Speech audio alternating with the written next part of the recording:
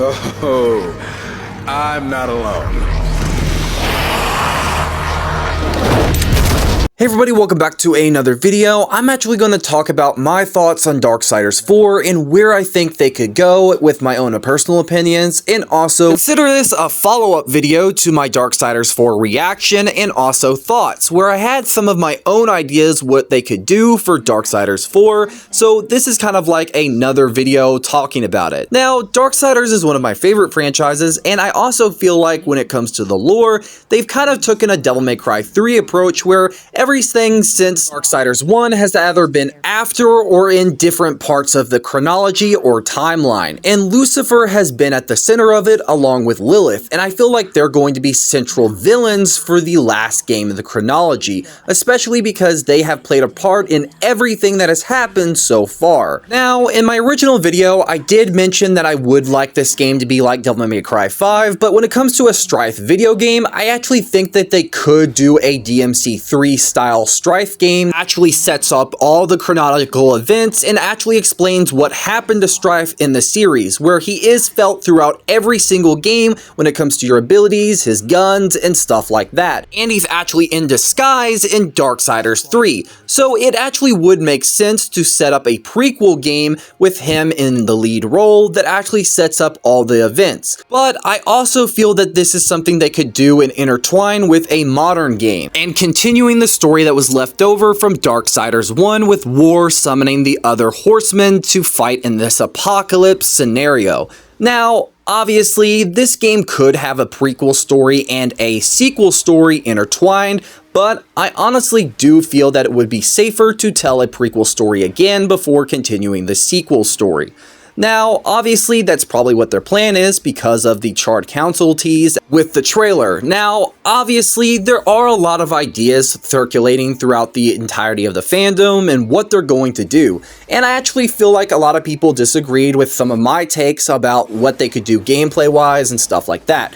But this video is mainly centered around the story and what I feel like they could do, because when it comes to the different villains in the entirety of the Darksiders franchise, we kinda know that Lilith and Lucifer have been the center villains that they've been setting up in the shadows for the longest time, and they do deserve the spotlight for the fourth game. But honestly, with what people have said and also what THQ Nordic have said, they do want to finally set this game to rest and really finish up the story that they wanted to tell with Darksiders and the Four Horsemen.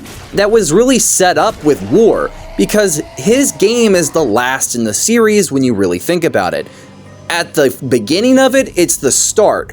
But honestly, Death's story takes place a little bit while the story of War is going on. Fury's story takes place a little bit after War's capture, so it's like a couple years.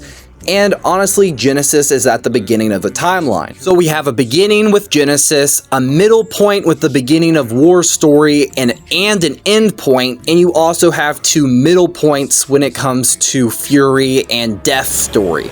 So at this point, we need to have a quasi-finale or another middle point when it comes to Strife. And I feel like a Strife game should be that in between. Yes, they could have the prequel side of it where you do set up where he has been as well, with continuing the sequel story and finishing up the storyline that they set up with Darksiders 1.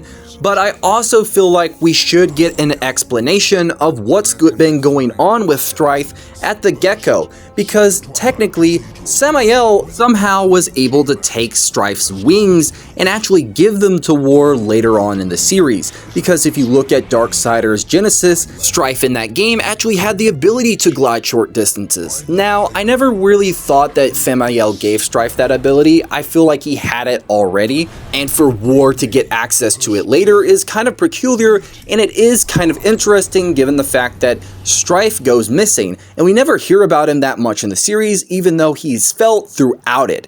Not just in the story, but also in your gameplay elements, because he does lose his guns some way and somehow, which I think after he gets defeated or something happens to him in Darksiders 3, he actually loses them, and that's how Death gets one and War gets the other. But hey, that's just me. but personally I feel like a Darksiders Strife game needs to either finish the game series as a whole with a sequel to the story that was set up in Darksiders 1, while also being like Devil May Cry 3 and basically telling the story and merging the gaps here and there. But hey, that's just my opinion. Let me know your thoughts in the comments down below, whether you agree, disagree, and all that jazz, because I personally love Darksiders, and there's a lot of thoughts that I have about what they could do, but hey, I'm just rambling at this point, so yeah. Make sure to like, comment, share, and subscribe. Let me know your thoughts in the comments down below. This video was unscripted, and it was kind of me just rambling some ideas that I've had of where they could go, so yeah. Peace out, bye-bye.